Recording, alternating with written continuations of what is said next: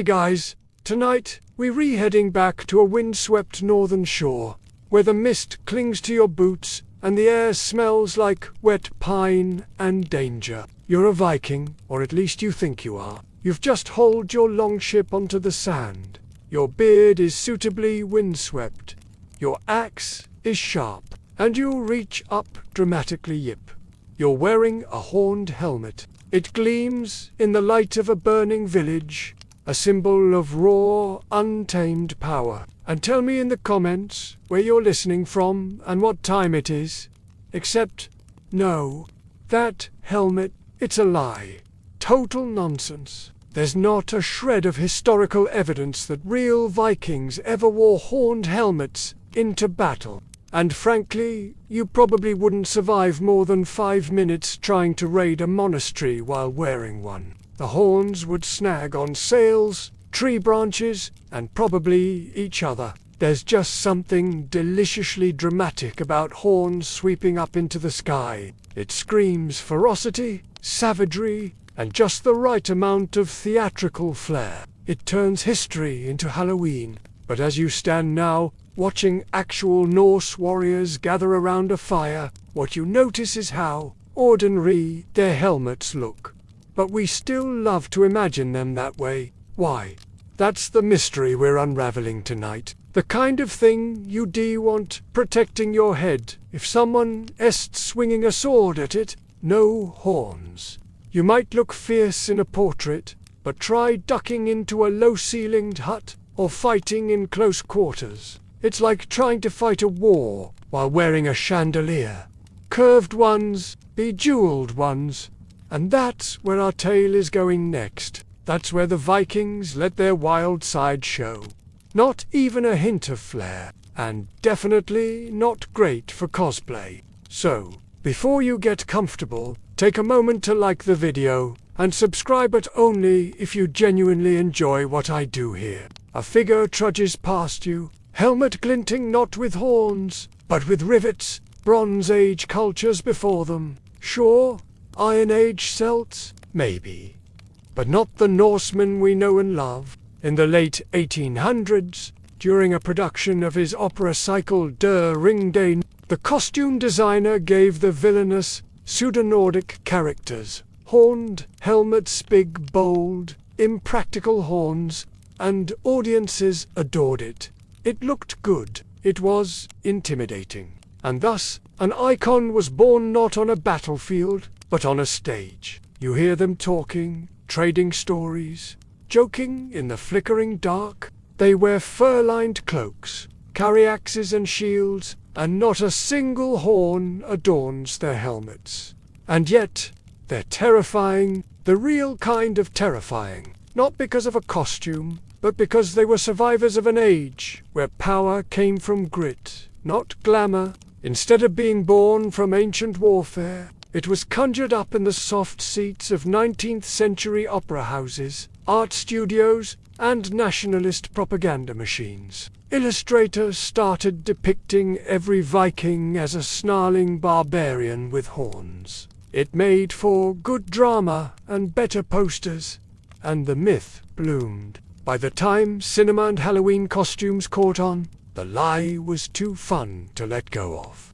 The real Vikings, the ones who actually hacked their way through history, were more practical than theatrical. Iron plates, a nose guard, and nothing extra to grab or gouge with. It's strangely disappointing. But this, friend, is the truth. Now dim the lights. Maybe turn on a fan for that soft background hum, and let's ease into tonight's journey together. The beach squelches under your boots. There's fog rolling in, but it doesn't hide the gleam of firelight ahead. You're re-walking through a scene that feels like it came from a movie raid in full swing. Warriors yelling in Old Norse longships bobbing behind you.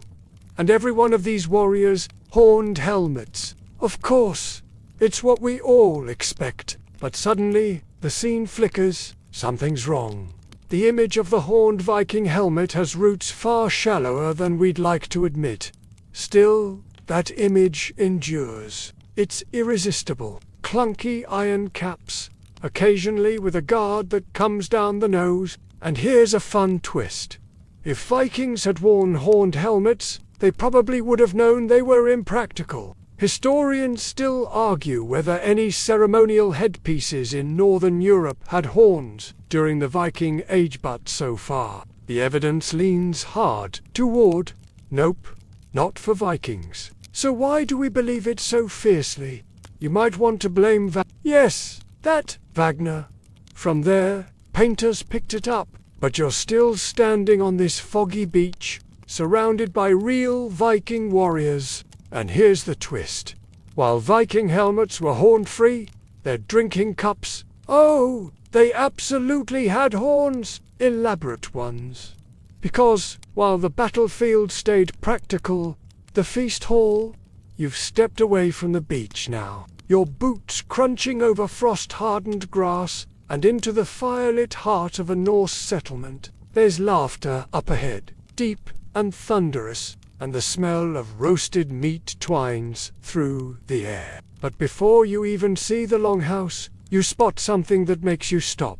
A helmet, just sitting there on a flat rock, like someone set it down and forgot. An iron dome, dully gleaming in the firelight, flanked by two battered leather gloves. You bend down and lift it, expecting it to be lighter than it looks. It's not. The thing is dense, solid, and exactly what you'd want between your skull and someone else's axe. But still, no horns. You try imagining yourself wearing horns in a tight ship cabin or while ducking through the forest. We haven't found any yet, but absence of evidence isn't always evidence of absence. Vikings are sitting cross-legged or sprawled on benches, feasting on meat and root vegetables, gnawing at bones, and drinking. Oh, the drinking. So the debate lingers, like the smell of pine smoke in your tunic. You'd get caught on everything.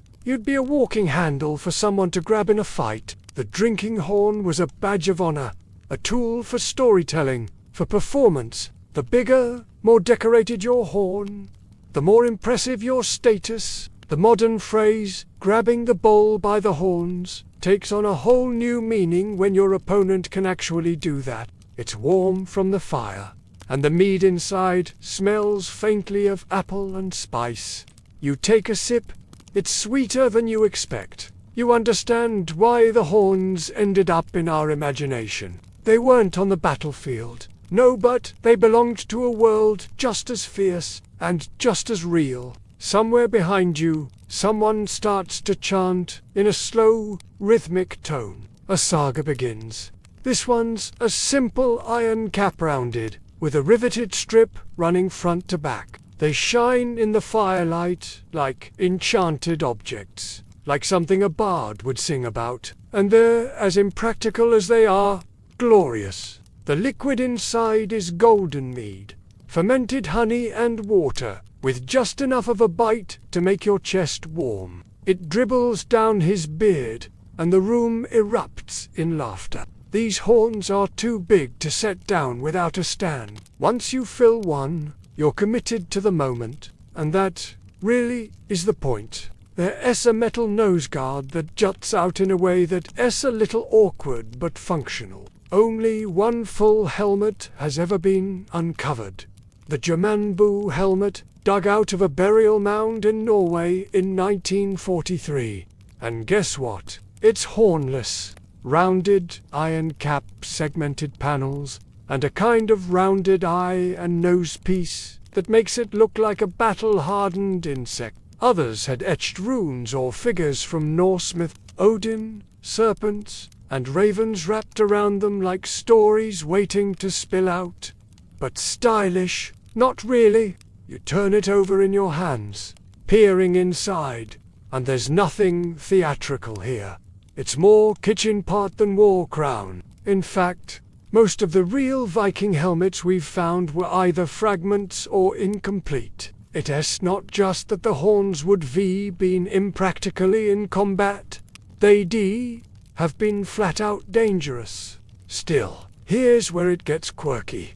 Helmets with horns do exist in ancient history, just not in Viking times. The Viksu helmets, for example, found in Denmark and dated to the Nordic Bronze Age, around 900 BCE, do feature horns, tall, curving, theatrical-looking horns, but these weren't worn by Vikings, who came 1,000 years later, and they weren't worn in battle. Most scholars believe these were ceremonial, possibly even religious items, worn by priests or chieftains in rituals, not raids. You don't wear something that elaborates into combat, unless you trying to impress the enemy before you get speared. But here's the scholarly wrinkle. Some historians still argue whether there might have been rare cases of decorative helmets used during processions or ceremonies during the Viking Age, objects more symbolic than practical. You duck into the longhouse, finally. The warmth hits your cheeks like a wool blanket, and the light dances off the shield-lined walls. That's when you see them.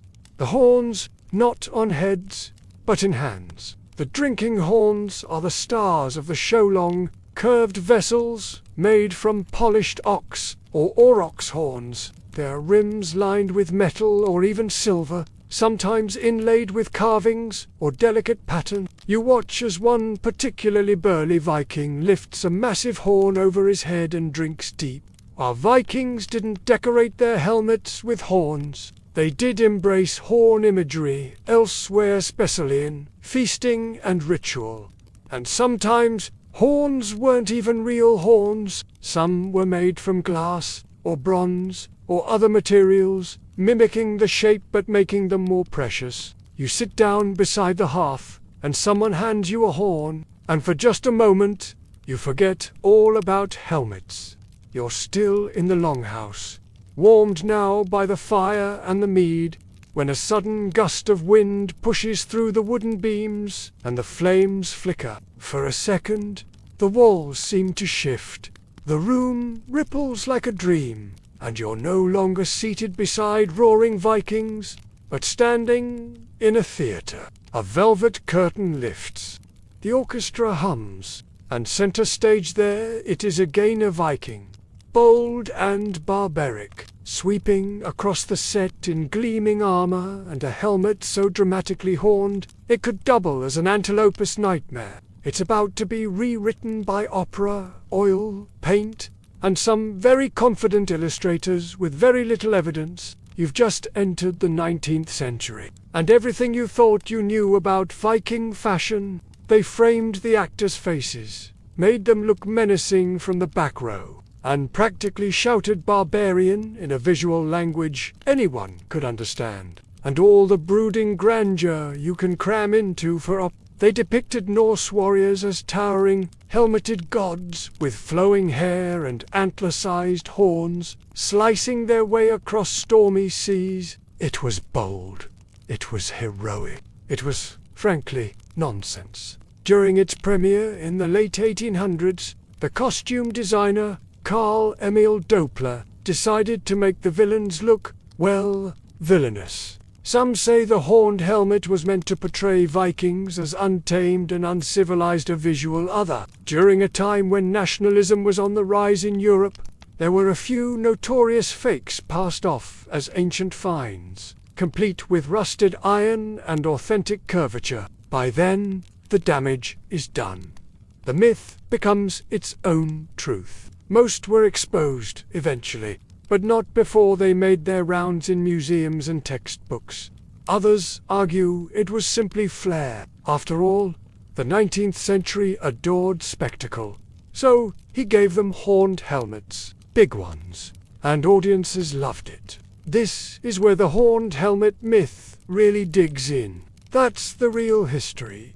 Drinking horns, ritual horns, hunting horns, not fashion statements, but functional, symbolic tools with meaning. Postcards, calendars, and children's books all show horned Vikings. School plays use papier, amateur helmets with garden hose, horns glued on, and the movies. Oh, they go all in. By the time Hollywood gets its hands on the Viking aesthetic in the mid-20th century, the horned helmet is iconic, up there with pirate eye patches and cowboy hats. It starts with Richard Wagner, composer of the Ring Cycle, a sweeping, thunderous saga inspired by Norse mythology, German folklore, yet you also understand how powerful the false image is. It's not just about truth, it's about what captures imagination. The horns weren't historical, they were theatrical,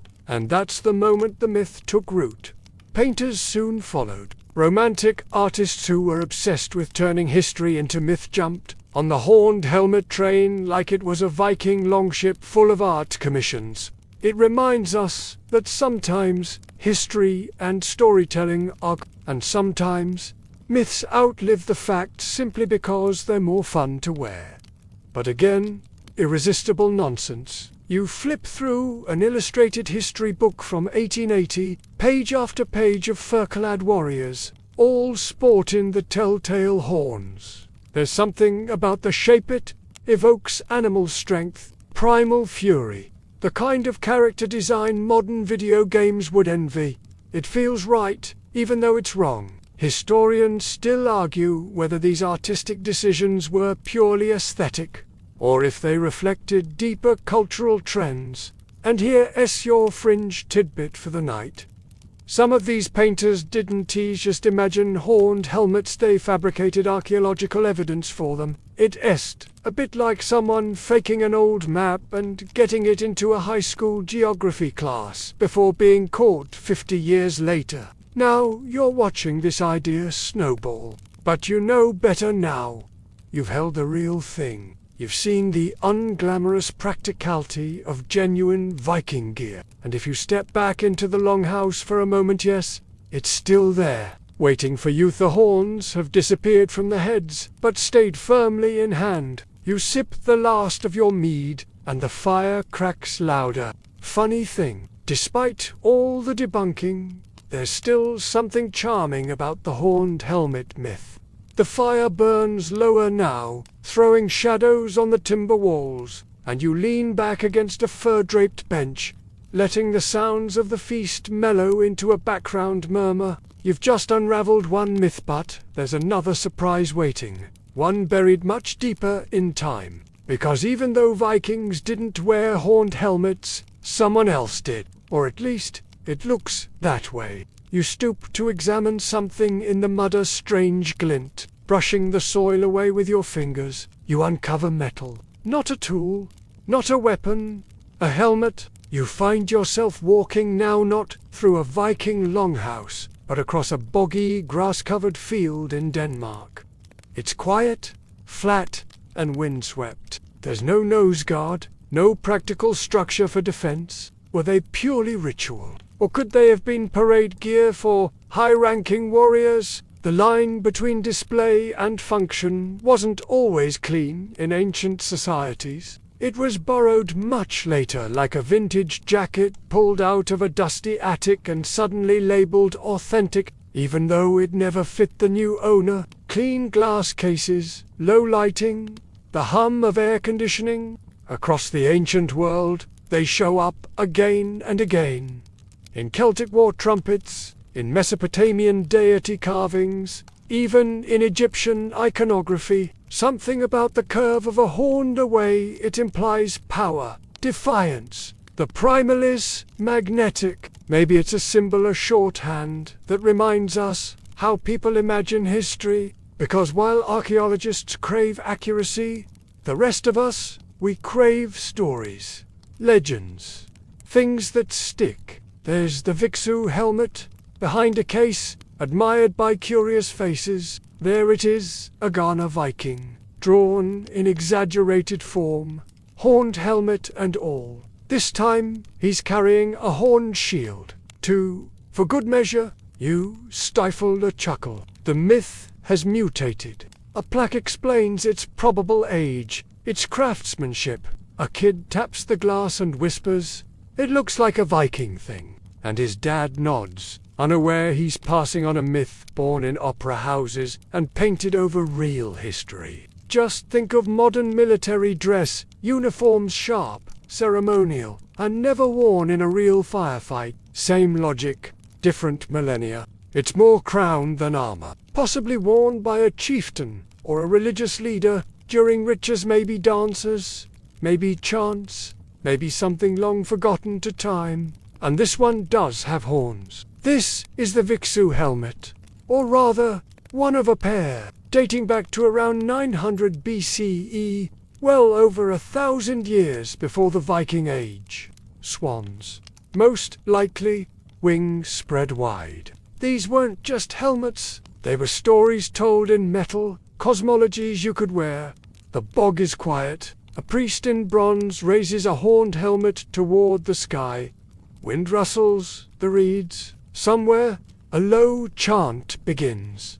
No war, no raid, just ceremony. The horns might have symbolized strength, connection to the animal world, or even fertility. In some cultures, horns were a nod to divine authority, a human, half-beast, close to the gods. They're bronze, they gleam like sunlight in water, and they were found buried in a bog, possibly as an offering. They rise up in elegant curves, not savage spikes, and their symmetry is uncanny delicate, almost theatrical. Historians agree these are ceremonial. No one was charging into battle in something so intricate, but here's where it gets slippery again. Some historians still debate the true purpose of these helmets. You lift the Viksu helmet and notice something strange, stylized birds etched into the bronze. That's your quirky detail tonight. The idea of horned headgear predates the Vikings by centuries, but it wasn't theirs. You're walking again now, across a museum floor this time. There's a strange comfort in the fact that humans have always loved horns. You sit down on a low museum bench, and beside you, a tourist flips through a guidebook. But here's a quiet truth. Maybe the horned helmet isn't just a mistake. You close your eyes and imagine yourself back at that ancient ritual long before the Viking Age. And while no Viking ever wore that helmet, the echo of its shape traveled forward through time, through myth, and finally, onto your head one Halloween night. The museum lights dim behind you, and the hush of glass cases gives way to the weight of earth and time. You're kneeling now not in Denmark, or in a dream but in an actual Viking grave. The soil is dark, rich with peat, and as you dig slowly, carefully, you feel a hard edge beneath your fingers. You brush away the dirt and uncover a shape that's oddly familiar. It's a helmet, a real one this time. This is the German Boo helmet, the only complete Viking helmet ever recovered. Found in 1943 in Norway, it lay buried for nearly 1,000 years, tucked away with a warrior's other possessions, shields, weapons, bones. The nose guard juts down in a pointed curve, and the eye openings form a sort of rounded mask. You're holding the real thing, not a theatrical prop or a fantasy sketch. There are no horns, no feathers, no dramatic flair. Maybe the warrior wore it during raids along the English coast. So yes, the same man who wore this battle-scarred helmet might spent his evenings quietly moving tokens across a board, arguing with friends over strategy and mead. And you start to see the disconnect between what we imagine Vikings to be, blood-soaked berserkers in oversized armor, and who they probably were. Complicated, strategic, and dare we say it occasionally peaceful. Maybe he was part of the infamous Great Heathen Army that terrorized Anglo-Saxon kingdoms. It's not flashy, but it's real. Or maybe he only wore it once, during a ritual or a final defense of his home. A cold breeze rakes through the grass, and in the distance you see the glint of iron, maybe from another helmet, buried and waiting. Maybe not horned, but still full of stories. Either way, it tells a story, but it's a quieter one than you expected. You remember that the same people who forged helmets for war also crafted ornate drinking vessels, decorated weapons, and finely carved chess pieces. Practical and poetic, brutal and artistic, just cold, hard utility. Average height back then was just under 5 feet 8, and the helmets were crafted to fit snugly over a woolen cap or leather lining. Iron was expensive, and only the wealthy or high-ranking warriors could afford full gear. Many relied on simple padded hoods or leather caps, which means, statistically speaking, if you were a Viking heading into battle, your helmet was likely your face. Try surviving that. Protection from axes, sure, but also from the brutal Scandinavian cold. It's richer, deeper, messier, sure, but human. You'd look more like a medieval welder than a raging berserker in it.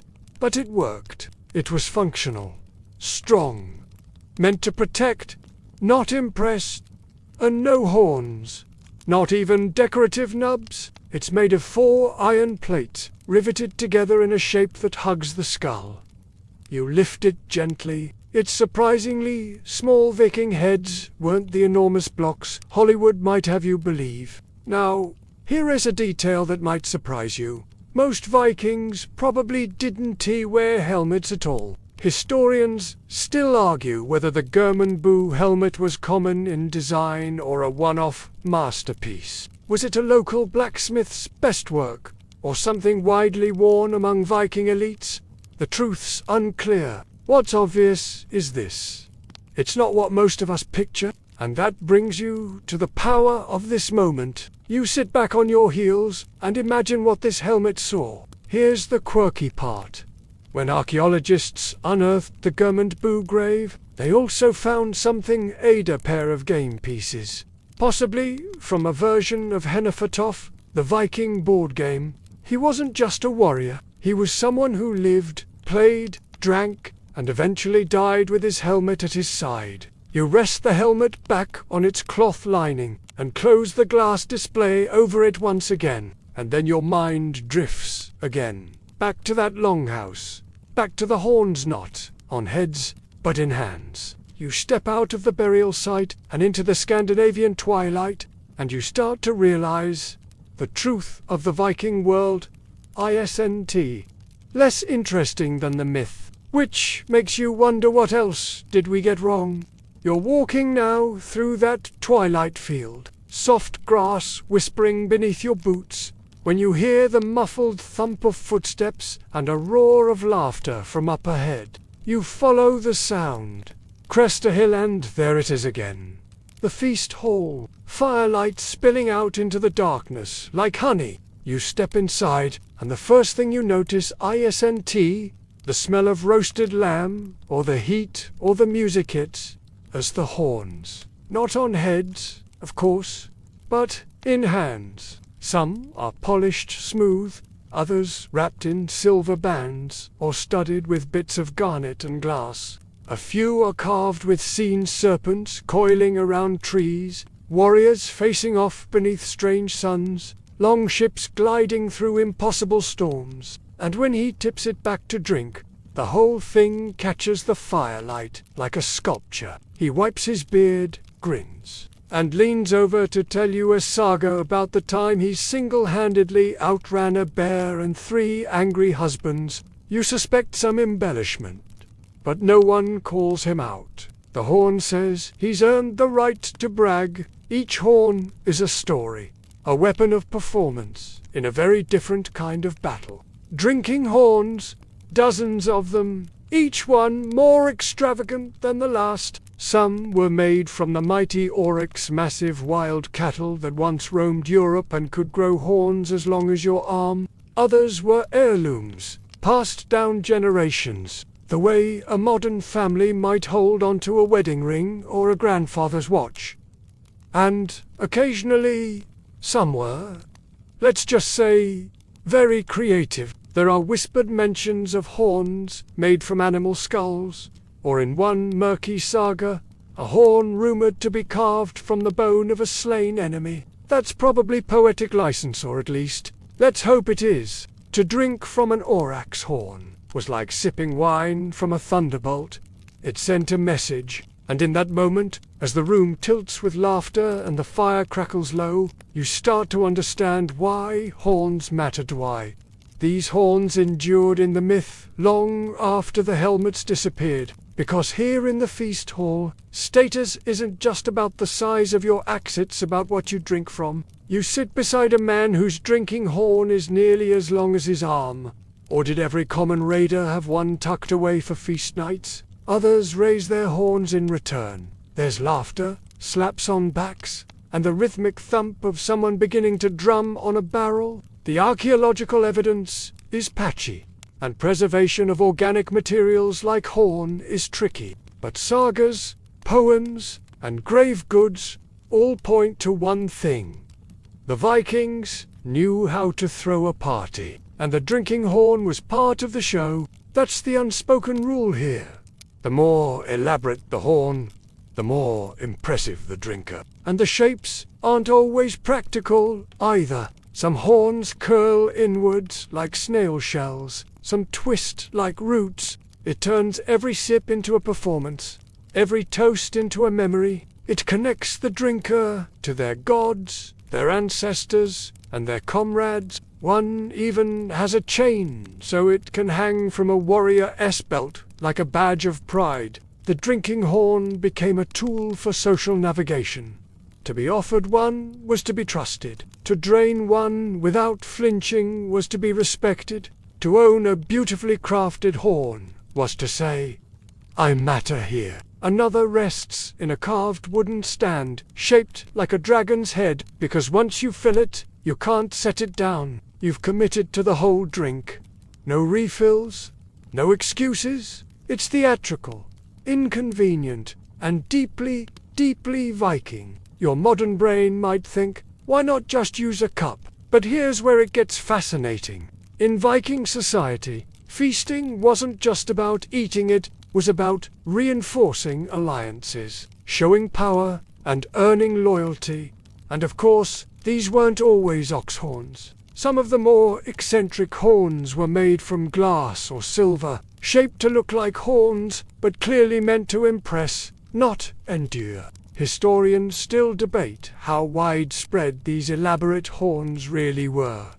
Were they only used by chieftains and elites? You watch as another Viking lifts his horn high and shouts something in Old Norse, probably a toast, though you catch only fragments, and somewhere in the midst of this chaotic, smoky joy, you realize that drinking horn isn't just a vessel, it's a stage prop. So while the battlefield may have favored helmets without horns, the Longhouse loved them, just not where you expected. You sip your own mead now, the rim of your horn warm from your hand. It's not ornate, but it's yours. Your mead is nearly gone, but the noise in the Longhouse only risen. The fire flares, casting golden light across dancing faces, and someone, maybe a skald, maybe just a tipsy fisherman, climbs atop a bench and begins reciting a saga. You're in the middle of a performance culture, one where feasts were arenas, and the drinking horn was a weapon of charisma. Your status was on display with every sip, every joke, every verse, not in the somber tones of a funeral dirge, but with wild, sweeping gestures and dramatic pauses, like he's acting out a one-man play with his drinking horn as the spotlight. You realize you're witnessing something more than dinner and drinks. Because make no mistake, this was not just a bunch of burly guys swilling honey wine and swapping fish tailies. Viking feasts had rules, rituals, expectations, not in suspicion, but curiosity. You're a newcomer, sure, but you're holding your own. That counts here. During important events, harvest festivals, funerals, even weddings, Vikings would offer toasts to the gods, to ancestors, and to the future. These weren't casual cheers. They were ritual rounds, called mini, and each required a full horn to be drained in honor of a specific entity. Another challenge. Toasting with a horn too large to hold steady. Spill any shame, drop it, disgrace, refuse to drink, absolute insult. You look across the room and notice the chieftain at the high table. His horn isn't just larger, it's art. Some sources suggest they'd especially high-born women who could act as priestesses or weavers of fate. Others argue that feasts were more meldomine, with women managing logistics but not partaking in the loudest rites. The truth, probably both, depending on the time, place, and who wrote the story. It was about sharp words, sharp looks, big gestures, larger-than-life personalities drinking from larger-than-life cups. The second to Njerd or Freya, gods of fertility and harvest. And the third, that was to the king, or the host, or the future. And unlike helmets, which needed to be rugged and efficient, horns were allowed to be ridiculous, ornate, excessive, because, at the table, the rule wasn't survival, it was spectacle. These were serious. Toasts could bless a voyage or curse an enemy.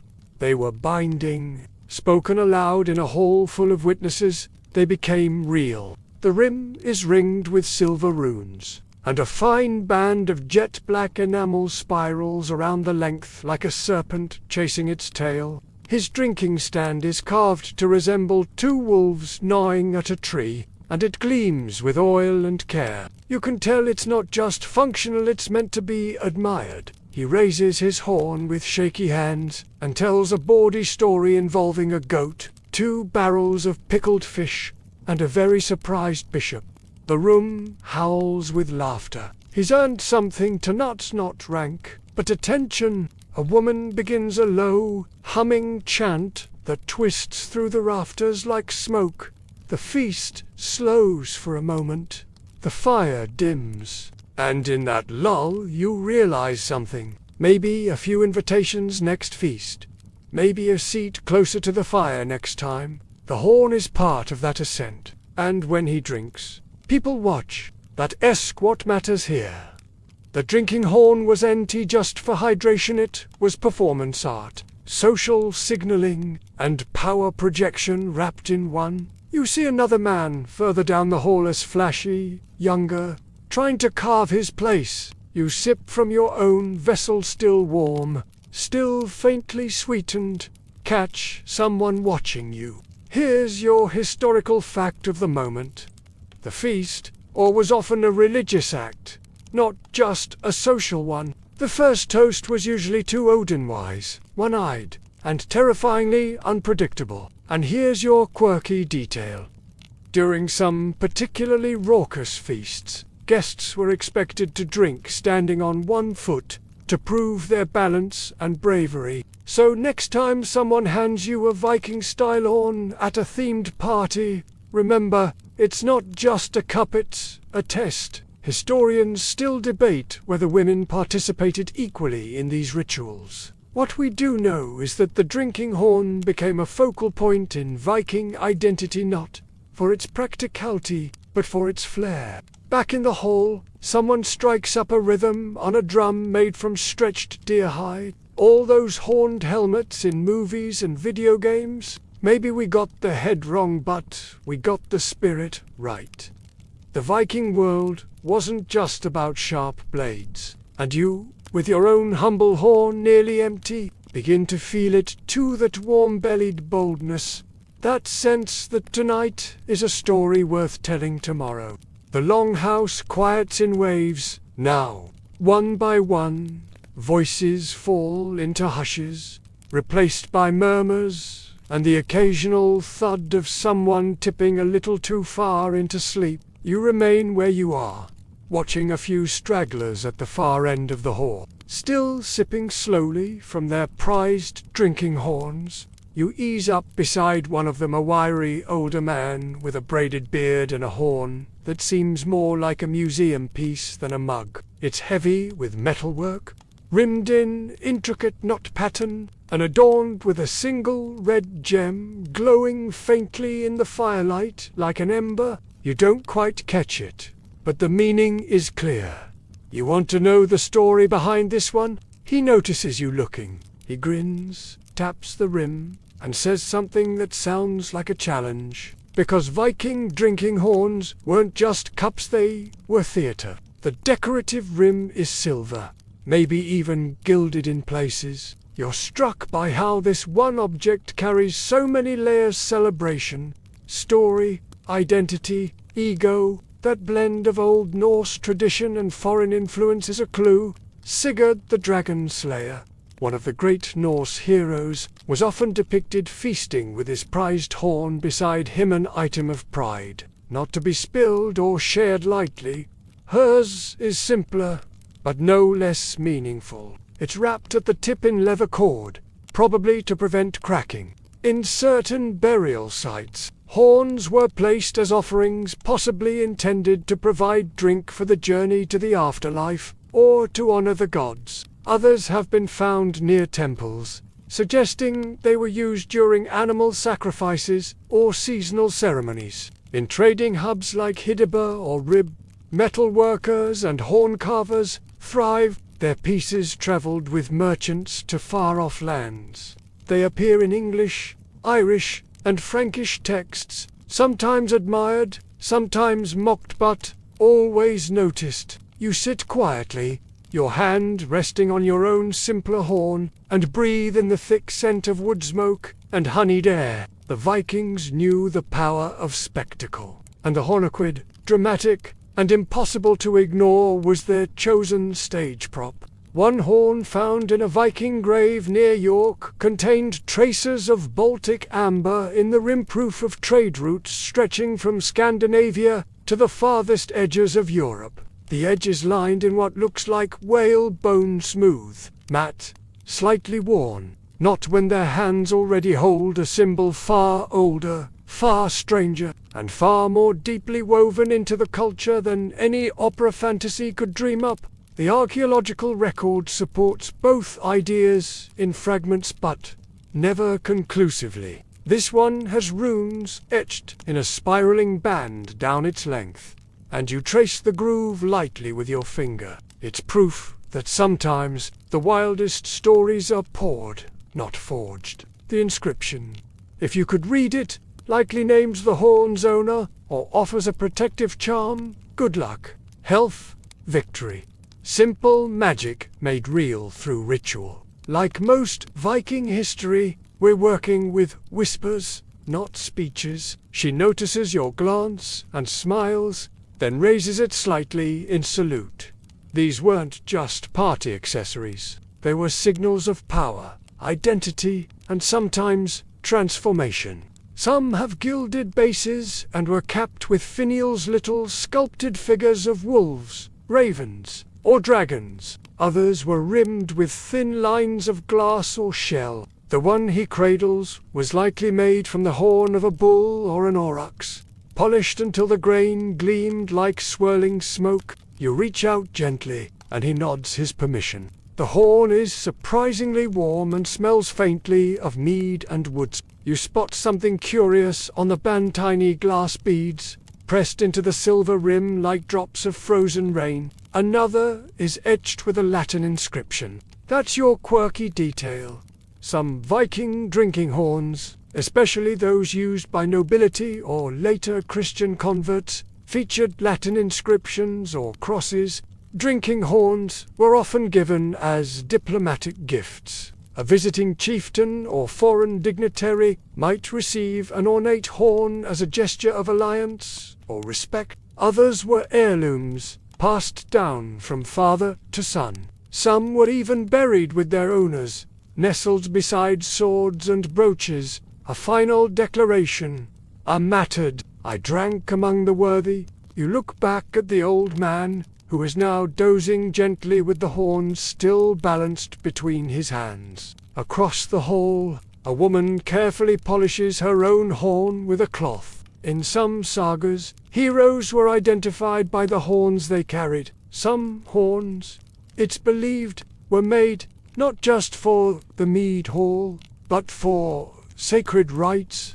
Historians still argue whether the symbolic use of horns originated from older Indo-European customs or developed more organically in Norse culture itself. You examine another drinking horn set in a stand carved from oak. The craftsmanship on many of these horns suggests the work of specialized artisans. You begin to realize that horned drinking vessels were status objects, not just within Norse society, but in the broader medieval world. Back in the hall, the fire has burned low, casting long shadows across the faces of the last few drinkers. No one here needs a horned helmet to command attention.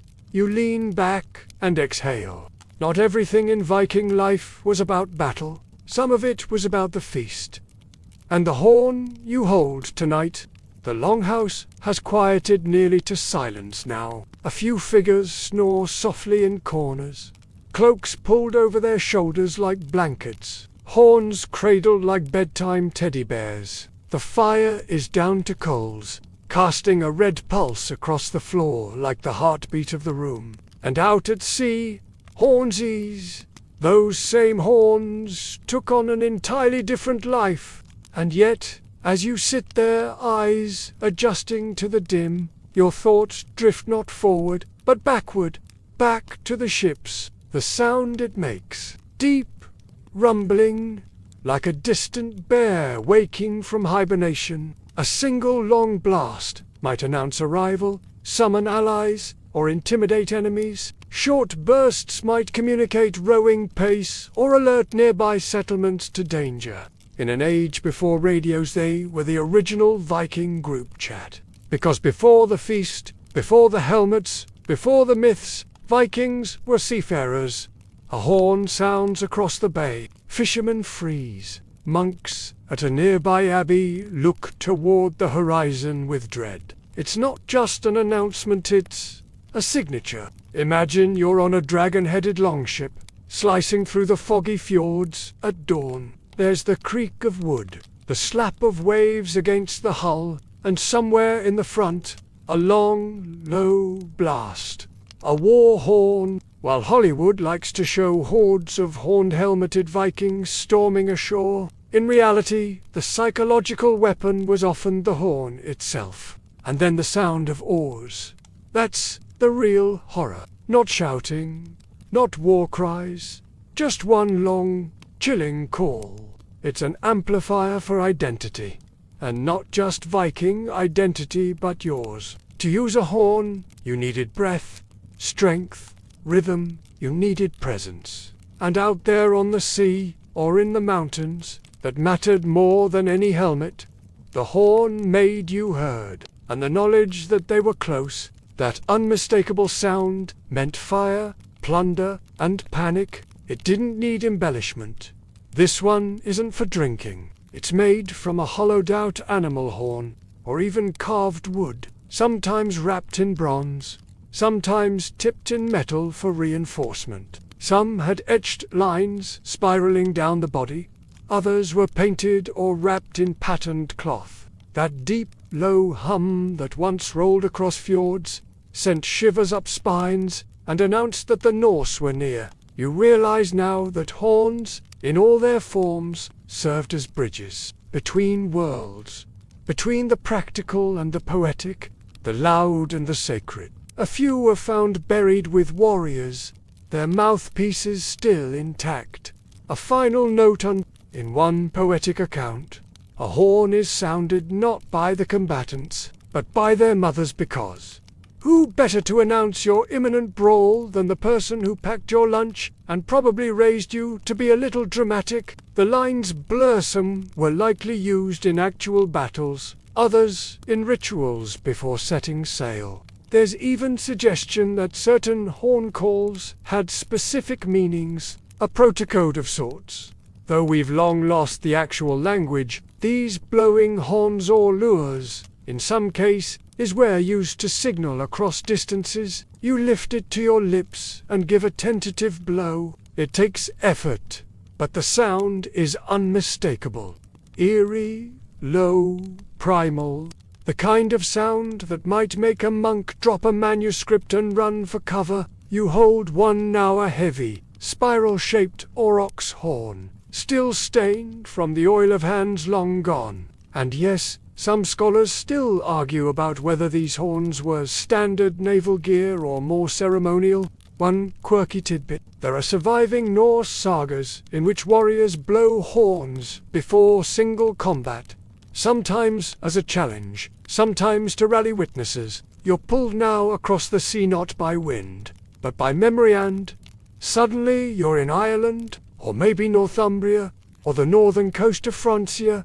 The Vikings are coming, and here's where myth and truth start to dance again. Some accounts from the British Isles describe Viking ships appearing from the mist, horn blasts echoing through the cliffs, followed by silence. You're still holding the horn, and suddenly it feels like more than just an object. And just like their drinking counterparts, these war horns were often beautifully crafted. You rest the horn across your lap, the weight of it strangely comforting. So while the battlefield had no room for horned helmets, it had plenty of room for horns in hand and horn coals in the air. You look up. The coals of the longhouse fire pulse softly, like echoes of that same sound, and as the last of the embers glows beneath its layer of ash, you realize, sometimes history doesn't whisper, sometimes it blows. Morning seeps through the cracks in the longhouse walls, pale and quiet. The air smells like extinguished fire, damp fur, and spilled mead. You sit upright, groggy but warm, wrapped in a wool cloak. Around you, other bodies stir, some snoring, some stretching. One poor soul still clutching a half-drained horn like it's a lost puppy, because to a Viking, horn wasn't just ornament, it was a resource. Here, horn is everywhere, in forms you didn't expect. Its combs, its buttons, its belt buckles and brooches, and thin, translucent window panes, stretched and flattened like early plastic. But now that the feast has passed and the stories have settled, your thoughts shift to something more practical. Not the horns of myth or mead, but of trade. Before glass was common, flat panels of polished horn were set into window frames to let in light. Vikings were not the dirty brutes pop culture made them out to be. In fact, they were famously well-groomed compared to many of their European neighbors. Weekly bathing, trimmed beards, and horn-combed hair were common. And horn was light, durable, easy to clean, perfect for the job. It softened, it made it feel like walking into a foggy sunrise. Practical and pretty. Some settlements show signs of workshops, complete with horn shavings and half-finished items. Others suggest it was more domestic family members, crafting what they needed during long winters. A woman sands the inside of a drinking horn while humming. A boy helps by softening another horn over steam, preparing it to be flattened. It's not glamorous, but it's resourceful and deeply human, because, for all their reputation as raiders, the Vikings were also prolific merchants. And guess what? Followed them from market to market, fjord to fortress. They're just scraps, but they'll be used. Nothing is wasted. 12 teeth, smoothed edges, blackened from years of handling. It might have belonged to a trader, a warrior, a mother, a poet. Doesn't matter, it tells the same story. The Vikings didn't just wear horn, they lived with it. The truth, as always, is much more interesting than the myth. You turn one over and imagine what it could become. A necklace, a lucky token, a handle for a blade. Not the shouting kind this time, not even the drinking kind. Exactly.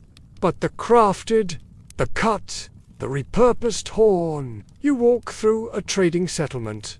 Now, maybe Birka or Hidiby, where ships dock thick as reeds, and the air is full of bartering and barnyard noise. That is your historical fact here.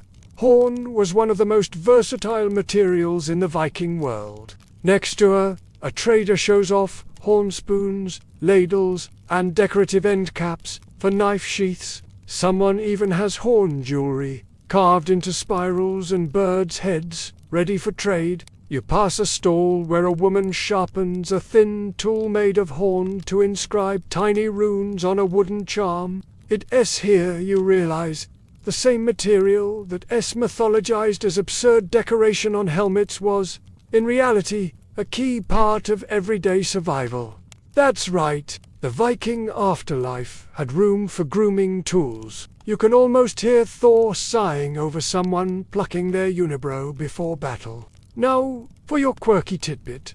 One Viking burial in Sweden included a set of horn tweezers, small, simple, but clearly valued, enough to be taken to the afterlife. But let's not laugh too hard. Cleanliness and grooming were important in Norse culture. Historians still argue whether most horn carving was done at home or by dedicated craftsmen in trading towns. You walk into one such house now, a modest wooden hall with bundled herbs hanging from the rafters and children crouched near the hearth. In the corner sits a bundle of discarded horn tips, maybe destined for game pieces, or buttons, or charms, carved with tiny animals. You glance toward the fire and see the glint of something new. A long, thin comb. So the next time someone asks, "Did Vikings really have horns?" you can answer, "Oh yes." Just not where you think. Not on helmets, but on shelves, in pouches, in pockets, around their necks, in their hands. And as you step back out into the waking market square, the sun finally rising in full above the harbor masts, you smile.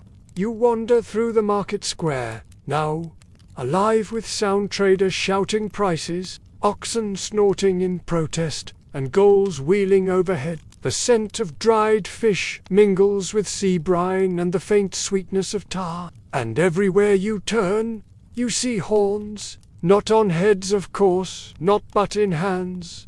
On tables, hanging from belts, wrapped in linen, polished, dyed, traded. He blows into one, and it lets out a sound like a foghorn in morning. Deep, long, and surprisingly moving. The noise cuts through the market like a priest's bell, turning heads. It's not for war, it's for ceremony, for attention. One wears a finely carved drinking horn slung over his shoulder, the strap tooled with a pattern of curling vines and wolves. It looks ceremonial and expensive. For reverence, horns are currency here, not just as goods, but as symbols. You decline with a grin and offer him a braided cord instead, something from your own pocket. The blade itself is missing, but the way they argue, you'd think it was the Holy Grail. The handle is smooth, dark, and clearly old.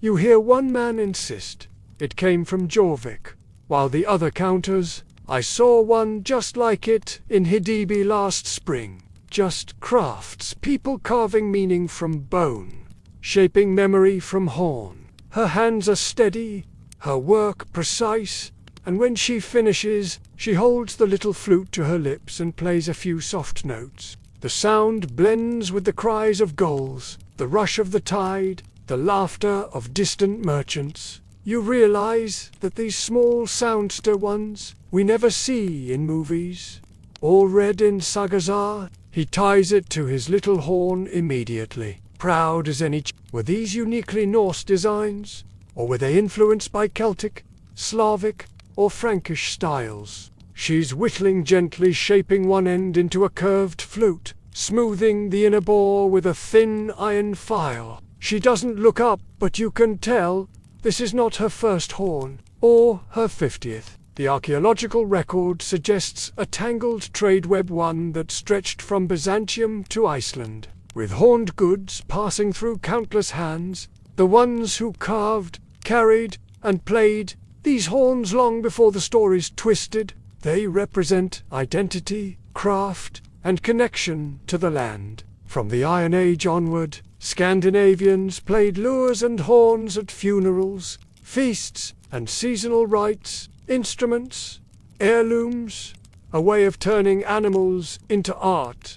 And through that, turning survival into culture. Some lures were so long they had to be played upright, like a brass tree, and could reach notes low enough to rattle your ribs. You pause near a table where a tall man sells musical horns, curved lures made of wood or bronze, but shaped after traditional animal horns. Here is your mainstream fact for this stretch of the walk.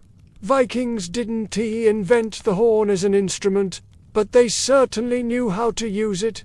That's right, not everything was blood and mead. One moment, they're sounding horns before battle. The next, they're blowing them to find a runaway goat. Reality tends to be humbler than legend. Some days, a horn's only job was helping you not lose your livestock on a foggy hillside. Less epic, sure, but absolutely essential. You step aside as a group of travelers, passers, laughing in Old Norse, their belts jangling with small horns used as powder flasks or food scoops. And here is your quirky detail for this part of the story. Some Vikings carried tiny horn flutes, meant not for war or festivity, but for calling sheep. It's this blend of the mythic and the mundane that makes Viking culture so compelling. You slip past a boy who offers to trade you a bone needle and a scrap of cheese for your comb. Behind you, a pair of men haggle over a horn tip that has been shaped into the handle of a knife. And here's something historians still debate. How far and wide did Viking horn craftsmanship travel? You walk now toward a quiet side alley, where a woman sits cross-legged beside a basket of rough-cut horns. She's one of many unseen makers in this world. Not warriors, not raiders. It's not a battle cry. It's a lullaby. You sit nearby, letting the tune settle around you like mist. Because this is real life, and the horns here, they're more than symbols. They're tools. As the woman finishes her tune, she finally looks at you and nods. No need for words. She hands you the horn flute. You blow into it softly at first and, though the sound is weak, it's real. A single note, a breath across time, and suddenly you feel it again. Connected. Not to myth. Not to fantasy, but to them, the real ones. The note from the horn flute lingers in the air, just a second longer than it should like. It knows you re-listening for more, but silence creeps in behind it, gentle and absolute. You turn the flute over in your hands, marveling at the simplicity of it. Just horn, carved, smooth, shaped with care, and yet it carries a kind of memory that refuses to be forgotten. You tuck it into your belt and rise, walking slowly back through the bustling settlement. It's quieter now, not from the number of people, but in your mind, the clamor feels softer, more human. You've started seeing these people not as Vikings, capital V, but just as folks, some fierce, some funny, some just trying to get by. And that brings you to one last place. The forge. You duck into the low, smoky shelter where the scent of metal and charcoal blends with scorched horn and oil. You suddenly realize this material was everywhere, embedded in nearly every part of daily life. On composite boughs, horn was layered with sinew and wood to add spring and resilience. Not for raiding, she says, for learning. Then she charges her partner with a playful roar. You're restarting to understand something very simple but very powerful. Horn wasn't mythic, it was normal. Useful, ever present.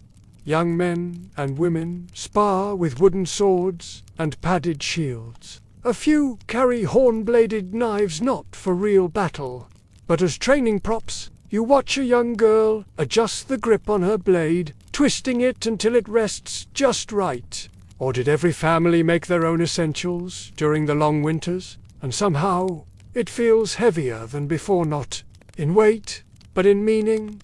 It's more than a souvenir. It's a story. Evidence points to both workshops in urban settlements and quiet craft in rural homes. It's empty now, except for a few furs and embers glowing in the hearth. It's been through the feast, the market, the forge, and the fire. Your old drinking horn rests near your sleeping place. You'll pick it up, turning it slowly in your hand. The truth was likely fluid, changing from region to region, clan to clan. It's got a horn hilt, simple but carefully wrapped in linen for grip. You fix it, because horn takes time and effort and skill. You don't toss it, you shape it again. The material was flexible, strong, and naturally watery. Horn helped make Viking weapons both lethal and long-lasting. A blacksmith and his apprentice work side by side, and next to the anvil, you spot them shaping a horn not into a drinking vessel or a musical instrument, but into a grip for a sword. It's beautiful. Practical, yes, but beautiful. When heated just right, horn can be molded into a curved, durable hilt, or sandwiched between layers of wood and metal for strength and comfort. It won't splinter like wood or freeze like iron. For warriors who wielded weapons in sleet, snow, and salt air, that mattered, not because it made the weapon better, but because it made the warriors stand out. Even among raiders, style counted. It's tough stuff. This is your historical fact. Horn was regularly used in weapon construction especially for hilts, scabbards, and bows. You step closer and see the apprentice polishing a finished piece, a dagger hilt that gleams with a subtle swirl pattern in the horn, like smoke trapped in stone. And here's your quirky nugget. Some horn weapon grips were dyed or stained vivid blacks, even greens using plant-based pigments, or soot mixed with fat. The forge master looks up at you and gestures to a display along the wall there. You spot more horn components, arrow nocks, bow tips, knife handles, and even a horn-mounted whetstone with a bit of cord still attached. Outside, you hear a commotion and follow it to a training ground of sorts. She notices you watching. She raises it and grins. You walk along the edge of the field, the sounds of clacking wood and laughter drifting behind you. Historians still argue about the economic scale of hornworking in the Viking world. Was it a specialized trade with guild-like systems? You pass a man repairing a damaged horn comb with careful hands. He doesn't look up. It's just what you do when something breaks. Back at your side now, the little horned flute bumps against your hip with each step, a reminder that the Vikings weren't wearing horned helmets. They were carving them, sharpening them, carrying them across oceans. That the myth was a mix-up, but the material was real. You return to the longhouse one more time. It's not extravagant. No gem-studded rim, no carved serpents or silver mountings. But it's been yours for the journey. You'll raise it just a bit in quiet tribute, not to the legend of the horned helmet, but to everything else the horns truly meant. You step out into the soft dusk, the last golden threads of sunlight weaving through the pine tops. The air has that syrupy hush of evening, the kind where everything is quieter, not because the world has stopped, but because it's listening. You're still carrying your horn. It fits in your hand now like it was always meant to be there. Below, a few longships bobbed gently in the water, their dragon heads watching the horizon as if waiting for a reason to roar again. The breeze smells like salt and pine sap, and somewhere nearby, an owl hoots once. Not flashy, not heavy, but real, solid, like a handshake from history. Tonight, you wander beyond the settlement, up a wooded path that leads to a small ridge overlooking You sit on a flat rock, the horn resting in your lap, and you start to think not about helmets or horns or history books but about memory. But shaped by human hands, it became so much more. A tool, a weapon, a drinking vessel, a musical instrument, a carved token of pride. power, and passage. Because the farther you go into the Viking world, the more it becomes clear. The real power of these objects wasn't in what they were, was in what they meant. A group of young villagers is approaching with torches, heading down to the shore. It looks like a small Gatherenger memorial, maybe, or a farewell. Someone's leaving tomorrow by ship. A horn might have started as part of a bull or an aurochs. Grazing in the misty meadows, not the kind for drinking but a blowing horn, dark and long and polished smooth. As they reach the beach, they form a semicircle near the tide line. The waves murmur like they know what's coming. Some scholars point to the connection between horns and offerings, others to mythic poetry that hints at deeper meanings. But one thing is certain: the people who held them believed they mattered.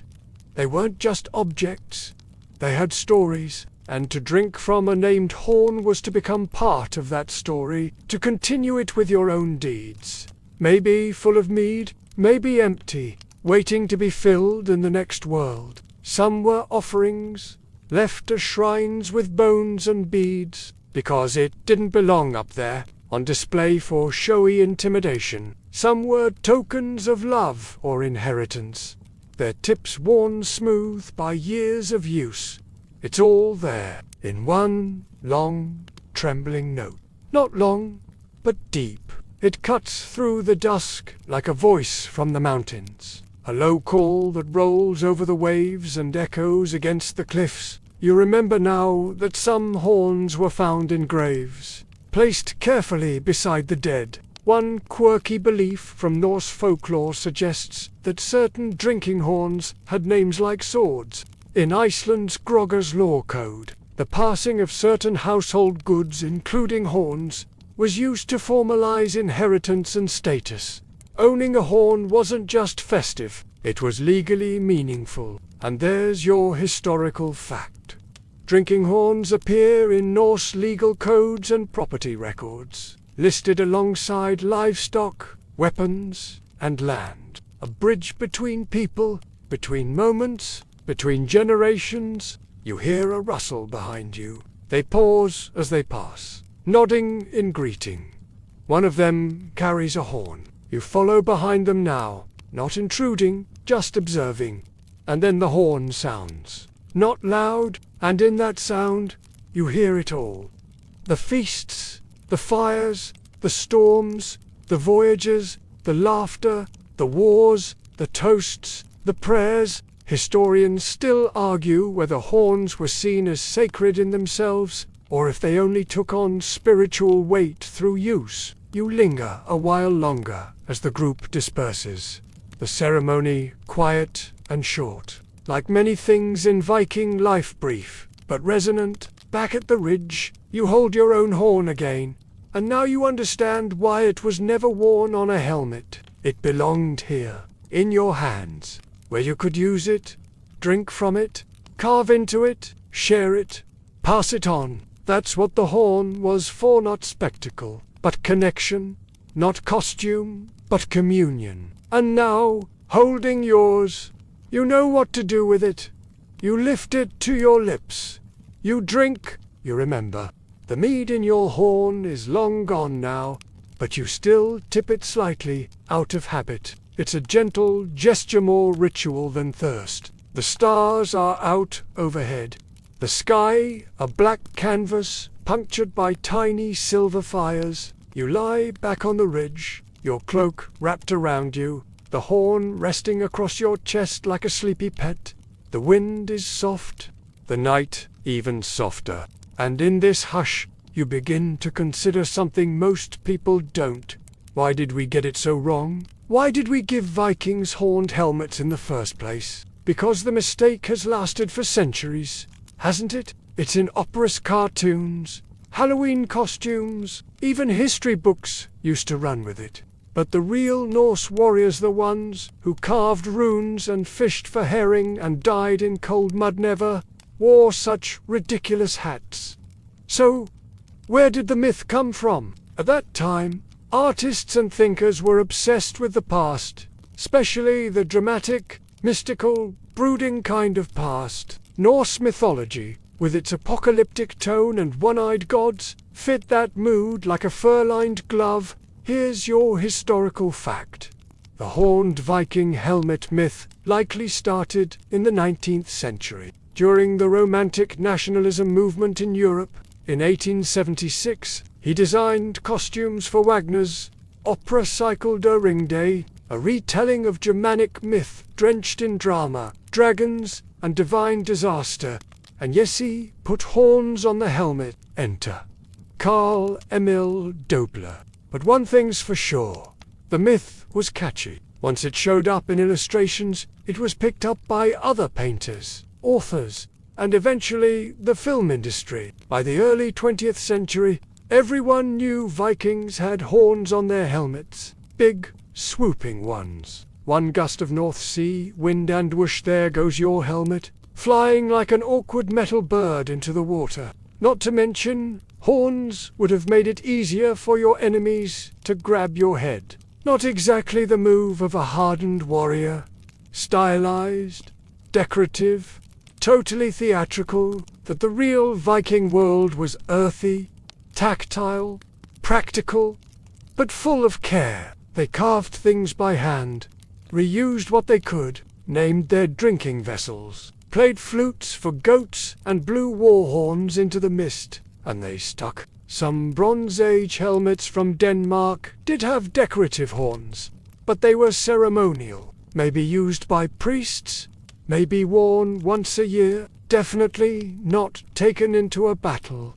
You see, those horned helmets looked good. They made heroes larger than life. They whispered, "Look at me, I'm legendary." Even though Viking-era helmets that have been found, like the one from Norway, perfectly functional, dome-shaped, and completely horn-free, designed for protection, not peacocking. But you'll also know the real story behind the horns. And here, your quirky detail. There were ancient helmets with horns, but they predate the Vikings by over 1,000 years. Historians still debate whether Wagner's horned helmets were a complete invention or a mashup of archaeological finds, tribal romanticism, and theatrical flair. You smile to yourself, watching a star streak across the sky. It's ironic, isn't it, that the very people we think of as rugged, serious, and brutal got saddled with one of the silliest costume myths in all of history. Imagine trying to climb into a longship with antlers on your head. But even if it's wrong, it stuck because it felt right to someone. Big horns, big bravado, big drama. That's the Viking spirit, right? And yet, as you lie here, surrounded by starlight and shadows, and the soft breath of sleeping trees, you start to appreciate the quieter truths. That's better than horns on a helmet. It's real. And what's more, it reminds you of something deeper. That history isn't about being correct. All the time it is about being curious. About asking, why did people live this way? What did they value? What did they leave behind that we might misunderstand? So the next time someone pulls out a Halloween Viking helmet, you'll probably laugh. And that, my friend, is a story worth drinking to. You stir slightly, still lying on the ridge, the horn curled against your ribs like it's always belonged there. The world around you is painted in deep, velvety hues, now nothing but cool starlight above and the slow hush of waves below. You've met crafters and sailors, raiders and shepherds, all holding, shaping, or sipping from some form of horn. Not one of them wore horns on their heads, but all of them carried horns in their lives. In this silence, you feel the last threads of the journey begin to draw together. All night, you've walked through firelit halls, marketplaces, forges, and the actual helmets we found, especially the one from German-Boer, practical, rounded, and suited for battle. Wagner, costume designers, and romantic artists reached back into the past, stirred it with a dramatic spoon, and handed us a steaming pot of historical nonsense, a way for the Norse people to imprint themselves onto the world, one carved curl at a time. Tasty, sure, accurate, not even close. And while fanciful horned helmets did exist in ancient Europe, they belonged to a different people from a different time, likely used for ritual, not war, and full of that salt-bright scent you've come to love. The moonlight catches on the horn's smooth surface, revealing faint etchings along the edge, swirls, knots, a few runes, maybe. You can't read them, not really, but you feel them. So now, with the moon high and your limbs heavy, let's gather the pieces. Here's what you know. Viking helmets didn't have horns. That's not opinion. That's archaeology. The horned helmet myth was born not in the Viking Age, but in the opera house. You saw them as musical instruments, calling across fjords and valleys. The mead hall flickers in the distance, the forges glow. You know what's real, and you know what was borrowed, exaggerated, and rebranded for drama. A horn sounds far off low, patient, echoing across the water. You saw them as tools shaped into spoons, combs, handles, powder flasks, and wind. As you lie still, feel the weight of the world soften. The distant hum of the sea, the fading embers of firelight, the rhythm of a wind that's traveled further than you ever will. You even saw them in law codes and grave goods, passed down like family legends. But this is the key, horns were everywhere else, all around you. History folds into silence gently, slowly, like snow settling on a roof. You saw them at the feast, raised in celebration, sloshing with mead and laughter. You've seen how a simple object polished and passed from hand to hand tell 100 stories without saying a word. Total fiction, of course, but powerful fiction, because it wasn't about the creature, it was about the act. Empty or full, it holds more than liquid. It holds memory, moments, meaning. To drink from the horn was to say, I survived this. I conquered it. I carry the proof in my hand. That's your final historical fact. Horn wasn't just a material, it was a medium, flexible, warm, shapeable. And now, one last quirky tidbit before sleep. In some medieval stories, Vikings are said to drink from the horns of beasts they've slain, especially serpents or dragons. And maybe, in some small way, that's true even now. Loosen your grip. Let the horns slip from your hand and roll softly onto the furs beside you. As you lie back again, your horn nestled beside you. The wind picks up just a little cool, gentle. They say, you were here. They say, you drank with us. They say, you remember. And now, as your eyes start to close, the line between memory and dream blurs. You've walked through truth, myth, and the cozy, but most of all, you know this. The Vikings didn't need horns on their heads to be remembered. They left them in your hands instead. Now, let your breathing slow. In through the nose, and out through the mouth. Nice and easy. Imagine the horn, now, not as a weapon, not as a costume, but as a vessel. You've traveled across centuries tonight, through myths and markets, battles and bedtime songs, and now you don't need to listen anymore. You've already heard what matters. The wind is quiet now. The longhouse is still, somewhere far off. A seabird calls once, and then is gone. There is nothing left to learn, nothing left to prove. Just rest. Close your eyes, and as sleep takes you, it whispers. No, Vikings didn't wear horned helmets, but you wore their stories well.